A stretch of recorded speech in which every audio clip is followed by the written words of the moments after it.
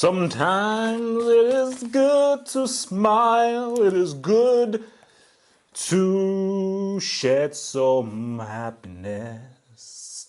My boy, my boy, my boy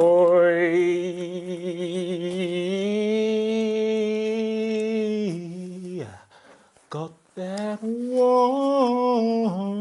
zero.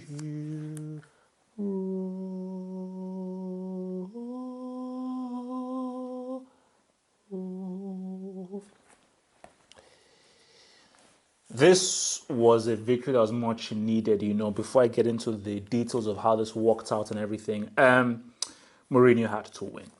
He had to win. I mean, and as I said before, United were under more pressure. City were actually the favourites, but I think that, you know what, it was the pressure was on United to win. They were the ones that they had to win. So, and they pulled through. They pulled through. I didn't think that they'd. Well, I said I didn't think that they'd do it, but in the end, my pre-match was a 1-0. And I love it when a plan comes together. And I love it when, guys, they got it done. They got it done. But let's just get down to the nitty-gritty of what's happened. Now, let's talk about City because, again, I've been on Twitter and everything, and this thing is, okay, 6 games without a win. People are saying Pep Fraudiola, welcome to the Premiership, blah, blah, blah. This is the first game City have deserved to drop points in. Everton, they missed two penalties. Southampton, I thought they were unlocking that game. Barcelona, they were the better team in that game. Sorry, mistake, twice. So they've only deserved to drop points twice. The Tottenham game and this game. Those are the only 2 games that they deserve to drop points in. The other ones, I thought they were unlucky. They were very unlucky. And obviously, first half, forget that. That's relevant. I don't think there was a shot on target in the first half. But I think in the second half, what happened?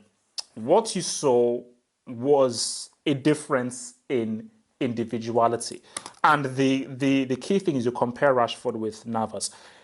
Jesus Jeremiah Navas is in the Brick Academy right now. That's a fact. And I've been saying this for some time, and people have not really been listening to me. Navas is garbage. This guy used to be very good. He used to be really good. I mean, back, I think he was in Sevilla days, and when he was playing for Spain, he used to be good. Right now, he can't cross. He can't dribble. He aims for the defender. He doesn't aim for the 18-yard box. No. Jesus Navas doesn't like that.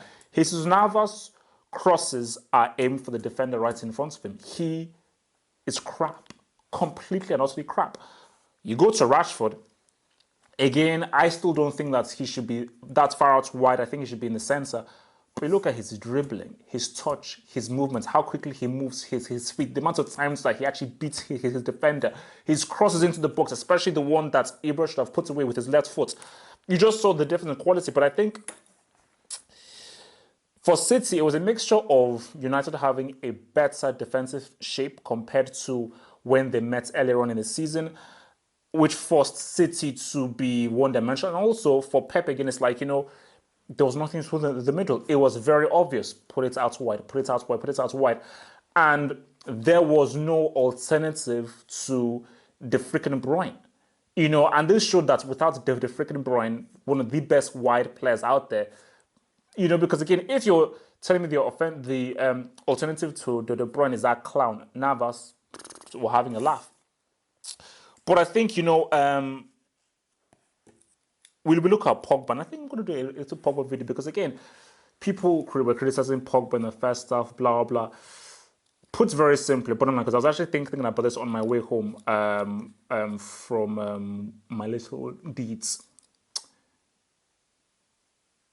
Modric plays with Toni Kroos, I believe. Verratti plays with Matuidi and Thiago Motta, I believe. Gundogan back in the day used to play with, obviously, Castro and Weigl. Pogba plays with Fellaini and Michael Carrick. Are you not going to say Michael Carrick and Fellaini are on the same level as Weigl, Castro, Thiago Motta, Matuidi, Toni Kroos? I don't think you would. And people need to understand this is that, because I used to play central midfield back in school, and on whatever level you play in, the central midfield is a very hard position to play, and it does matter who you play with in your midfield. If you're playing with a brick in a midfield or an average player, it means that you have to do a lot more work. You have to do a lot more work. So for Pogba, guys need to just chill and realize that, look, man, he is not yet on the level to rule a midfield. He never was. But he's still a very talented player, and you saw in the second half the kinds of things he can do and how dynamic he is. Again, you look at his little flicks he has, his combinations with Ibra and Mata and so forth.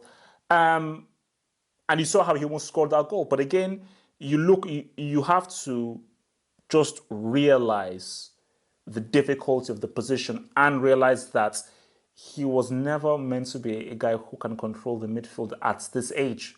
Okay, this is do you know how hard that is to do? It's a very hard thing to do what Zidane used to be doing back in the day, or PL used to do. That ain't an easy thing to do. So people need to just, think first before you start criticizing. And Mata, again, I mean, Mourinho, you owe Mata an apology, double space, because again, you've insulted this man, you've tried to drop this man, you've tried to ostracize this man. He came to your rescue yet again, and I've always said that Mata has to be in this team. So I think, so the key difference, especially in that second half, United just had better offensive variation. They were less predictable. The ball would come from wide, the ball would come from the middle. There were one-twos within the middle. Pogba was joining up in the attack. Rashford could take you out wide. He could take you out in the middle. Herrera was also contributing as well. Whereas for Man City, out wide to Nolito, out wide to Sterling, out wide to Nolito, out wide to Brick Navas.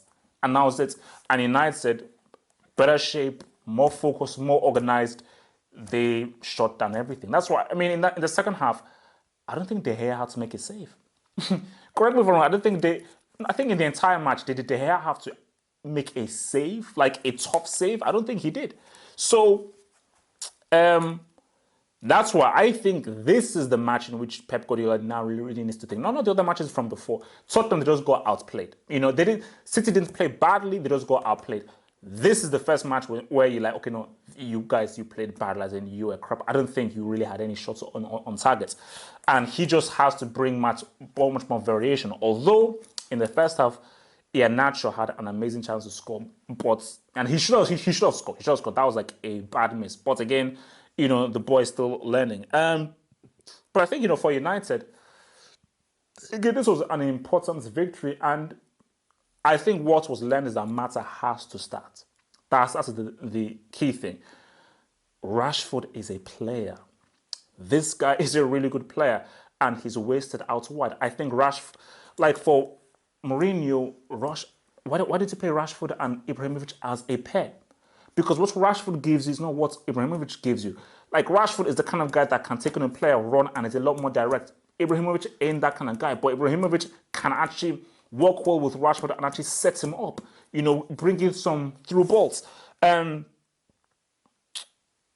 then the key thing, and I tweeted this out early, Blind and Rojo, I was fearing a lubrication. I was fearing a lubrication. I was so, and the very fact that, so Guardiola will feel very pissed that you did not even test Blind and Rojo, because there were a lubrication waiting to happen, which is what I tweeted at.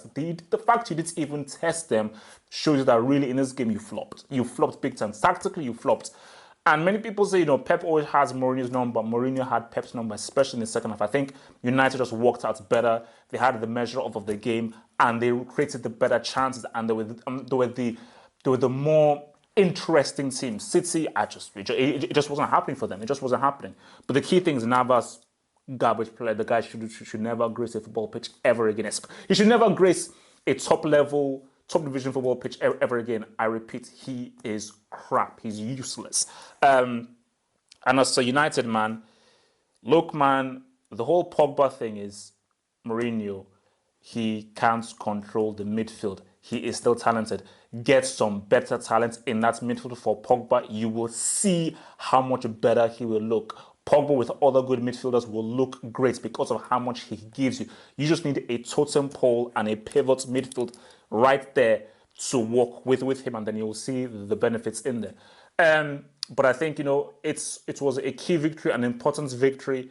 And Mourinho was apologizing for the 4-0 to the fans, which was interesting. And, you know, still not perfect, but an important victory for Mourinho and Man United. Stuff to work on. And as for City, Pep, man, this ain't Bayern. This ain't Barcelona. You ain't got the Dutch killer Robin. You ain't got your boy Muller. You've not got Messi to back you out. Got Navas, Jesus, Jeremiah, Navas.